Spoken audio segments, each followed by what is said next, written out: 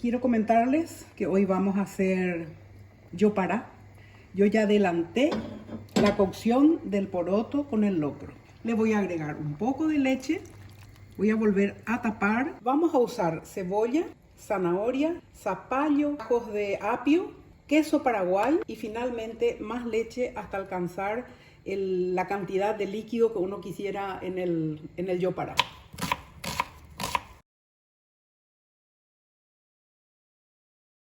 El zapallo con la cáscara.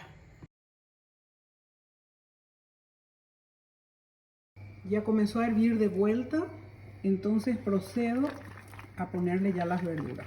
Voy a esperar que hierva y se ablanden estas verduras para finalmente, al apagar ya el fuego, agregarle el queso paraguay. Vamos a acompañar esto, como siempre, con nuestra infaltable mandioca.